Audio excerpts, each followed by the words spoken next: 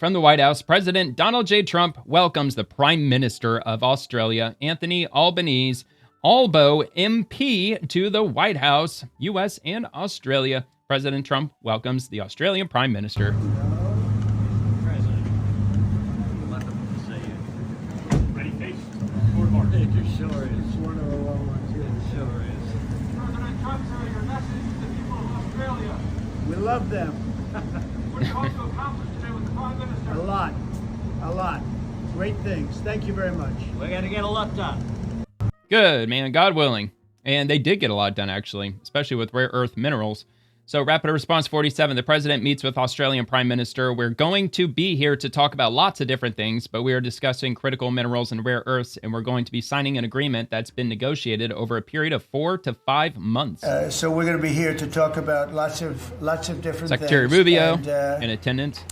We might take a few questions before, but we are discussing critical minerals and rare earths, and we're going to be signing an agreement that's been negotiated over a period of 4 or 5 months. And it was sort of good timing that we got it done just in time for the visit. And we worked together very much on rare earths, critical minerals, and lots of other things. And we've had a very good relationship. We've been working on that for quite a while. In about a year from now, we'll have so much critical mineral and rare earths that you won't know what to do with them. They'll be worth about $2. But, oh man, God willing. We're working Hope and pray. with Australia and other countries. They're working with us. That's one way too. to get back at China. But other countries also on that. But we're really working on anything having to do with military protection, military ships, vehicles, guns, ammunition, everything, the whole thing. Good We've deal. been long-time allies, and I would say there's never been anybody better. We fought wars together. We never had any doubts, and it's a great honor to have you as my friend. It's a great honor to have you in the United States of America. All right, there we go. I don't know. We'll have to see what happens. China's their bottlenecking of rare earth minerals is supposed to take effect on November 1st, unless something's changed, but I haven't seen anything change on that. So hopefully they'll get some good deals done. They did sign some agreements and everything, so hopefully the rare earth minerals will see some fruition, because I'm not sure what that's going to look like from the China aspect, but it sounds like our electronics, our motor vehicles, a lot of things are going to go up in cost. And as far as getting them down to like $2, that'd be nice. I don't know if he's talking silver specifically. That would kind of be nice, but anybody who's bought into silver over the last, I don't know, like, well, hell, any time throughout history up until just about a year or two ago, you're sitting pretty nice. Because silver, last I checked, it was like $52 an ounce, which is crazy. Absolutely crazy. It was something like $16 around 2020. Anyway, so from the White House, President Donald J. Trump and Australian Prime Minister Anthony Albanese signed a landmark critical minerals agreement to secure vital natural resources and strengthen the U.S.-Australia alliance. And I don't think they linked an article to this, did they? Oh, they actually did. I'm glad I looked. All right, fact sheet. President Donald J. Trump closes billion-dollar deals with Australia. So it says achieving critical mineral and energy dominance. Today, well, here, let me make this a little bit larger in case anybody's watched. Oh, wait, yeah, that's right. That's why I had to shrink it, because of this stupid social media tab on the side.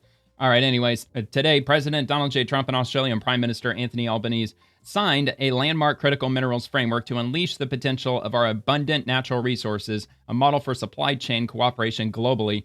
The U.S. and Australian governments intend to invest more than $3 billion to get together in critical mineral projects in the next 6 months, with recoverable resources in the projects estimated to be worth about $53 billion. That's a good return on investment. The Export-Import Bank of the United States is issuing 7 letters of interest for more than $2.2 billion in financing, unlocking up to $5 billion in total investment to advance critical minerals and supply chain security projects between our two countries. The U.S. Department of War will invest in the construction of a 100 metric ton per year advanced gallium refinery in Western Australia, further advancing self-reliance in critical minerals processing.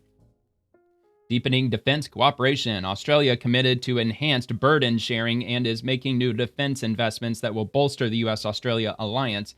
Australia agreed to purchase $1.2 billion in Anduril unmanned underwater vehicles and take delivery of the first tranche of Apache helicopters in a separate $2.6 billion deal. Since February, Australia has contributed $1 billion to the U.S. government to expand and modernize the U.S. submarine industrial base, with another $1 billion by the end of the year. Together, we are strengthening the Australia, United Kingdom, United States, which is AUKUS, trilateral security partnership to meet the challenges of tomorrow.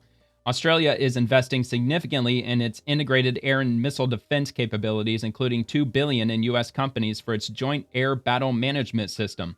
The U.S.-Australia alliance is securing munitions supply chain resilience under Australia's Guided Weapons and Explosive Ordnance, or GWEO, enterprise, and building on streamlined export cooperation, which will directly support more than 200 manufacturing suppliers in Texas, Florida, Arkansas, and Alabama. And they're also promoting economic prosperity and technology cooperation. The U.S. and Australia are forging a historic partnership to drive innovation, economic growth, and technological leadership through strategic investments and collaborative initiatives. Australia's superannuation funds will increase investments in the United States to $1.44 trillion by 2035, an increase of almost $1 trillion from current levels. This unprecedented investment will create tens of thousands of new high-paying jobs for Americans. The U.S. recently secured expanded access for U.S. beef in Australia and is committed to opening new markets for U.S. ranchers. I don't agree with that in any way, shape, or form, and anybody who buys beef would probably agree with me that beef is extremely expensive, and anytime that I looked up, the reason why beef is so expensive is because they say there's a shortage, and that's why they have to charge so much for beef. So that doesn't make a whole lot of sense that we're shipping beef over to Australia when we're dealing with, what is it, like $20, $25 a pound for certain cuts of steak? Actually, much higher for certain ones. All right, anyway, the United States recently secured expanded access. Okay, I already did that. So NASA and the Australian Space Agency signed a framework agreement to strengthen civil space and aeronautics cooperation. NASA's Artemis program, which will return astronauts to the moon, will be joined by a technology development lunar rover from Australia. The United States and Australia agreed to develop and launch a bilateral technology prosperity deal to establish joint initiatives to cooperate and invest in AI, quantum, and other critical technologies.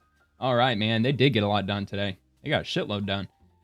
And moving on to the next thing. So U.S. Trade Representative, the deal maker in chief, once again delivers a huge win for the American people. Congratulations to President Trump for securing a landmark deal with Australia to achieve critical mineral supply chain and energy dominance.